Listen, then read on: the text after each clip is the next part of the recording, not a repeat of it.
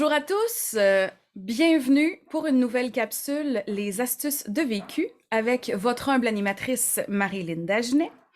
Aujourd'hui, j'ai le grand honneur de recevoir Monsieur Luc J. Vigneault. Bonjour Luc, Bonjour, Marilyn. comment vas-tu? Ça va très bien. Merveilleux. Écoute, on va aller tout de suite d'emblée dans le vif du sujet.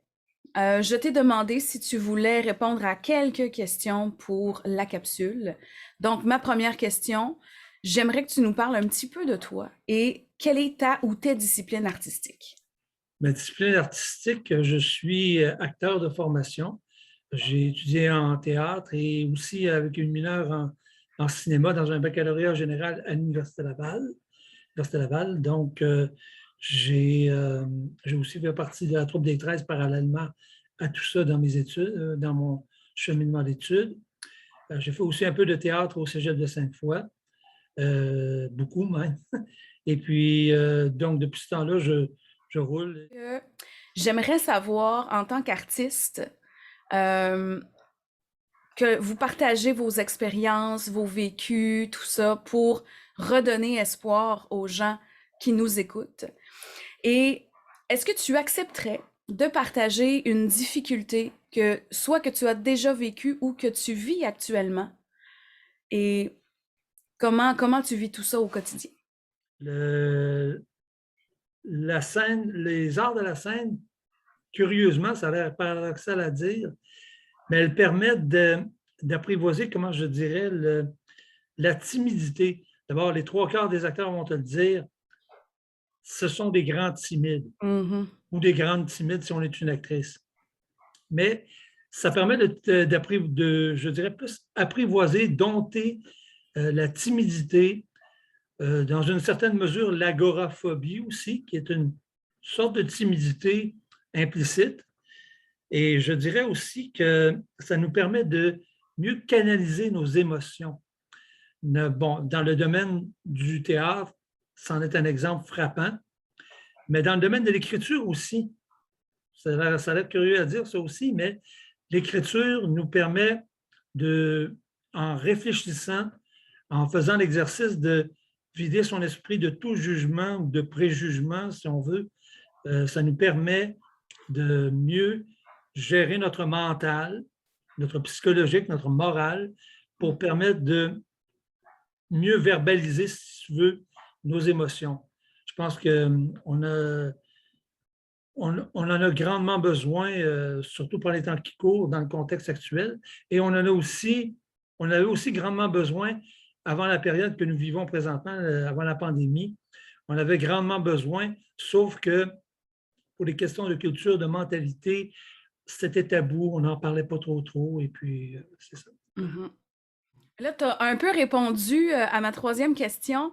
J'allais te demander comment ton art t'aide dans tes difficultés au quotidien. Écoute, pour les gens qui nous regardent, qui nous écoutent, est-ce que tu aurais un message d'espoir à nous partager? Oui, absolument, un message d'espoir, espoir, frontière de l'infini.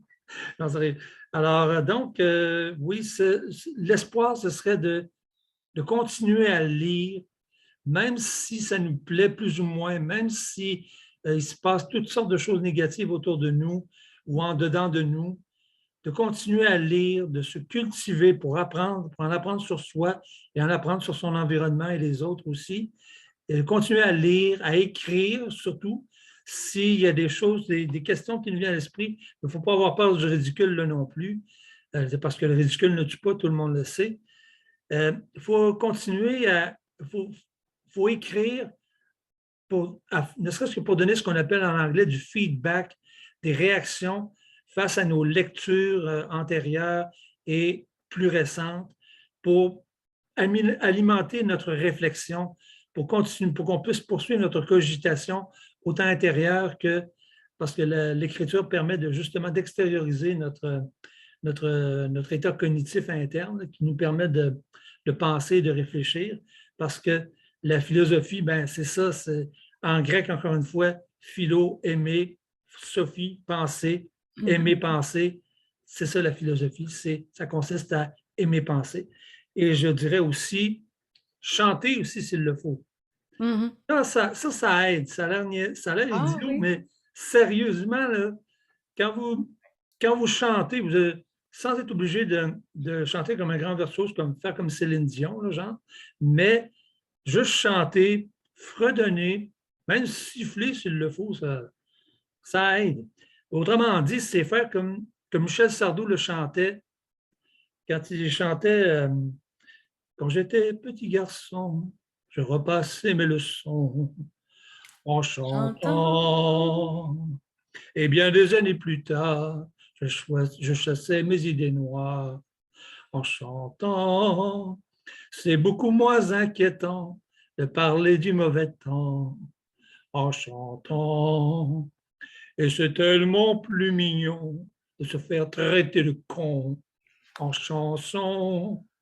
La vie, c'est plus marrant, c'est moi, désespérant en Espérant en chantant. chantant. Quelle belle chanson, hein? Quand on y pense. Absolument, absolument.